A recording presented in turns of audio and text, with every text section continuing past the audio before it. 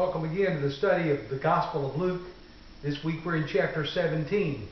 And I have to tell you today, I'm going to share with you a message that will be very hard for you to hear.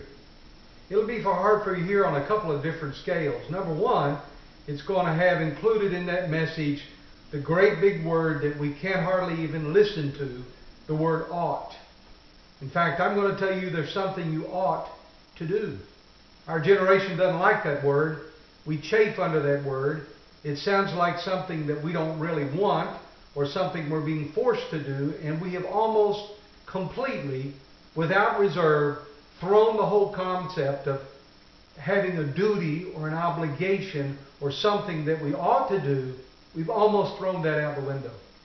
And so it's hard to hear this message because somewhere near the end of it, we'll get the language of you're commanded to do this, you're ordered to do this, you ought to do this. In fact, you're not told to do it for your own benefit so that you'll be better or so the situation will be better. You're just told you ought to do this.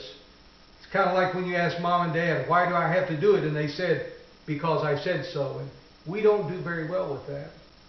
That whole picture is kind of nestled in a story that Jesus tells that is also it's just abrasive to our way of thinking in this culture.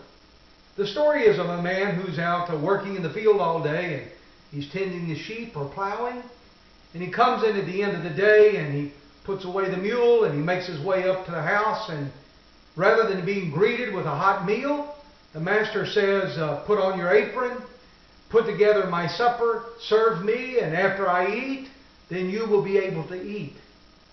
And Jesus uses that story to say, do you thank a man for only doing what he was commanded? And in fact, we should do what we have been ordered. And we are called to a specific duty in this text. And that duty is the ought of our lives. And so as I look at the text with you, I begin to think how difficult it is to hear that there's something that we ought to do, something that we're commanded to do, something that we're ordered to do, something that is literally written in the context of a story that's almost impossible to even believe.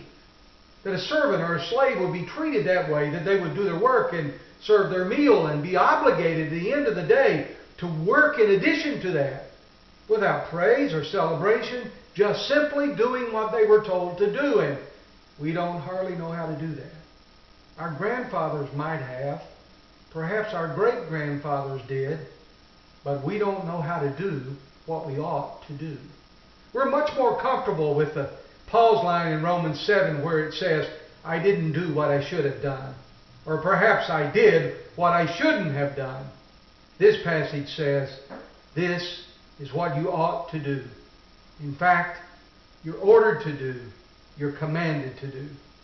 Luke 17 says to me and you, this is our obligation and our duty to forgive.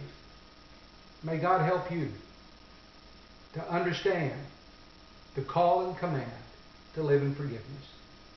Thank you for joining us for Luke 17 and just the meat and potatoes.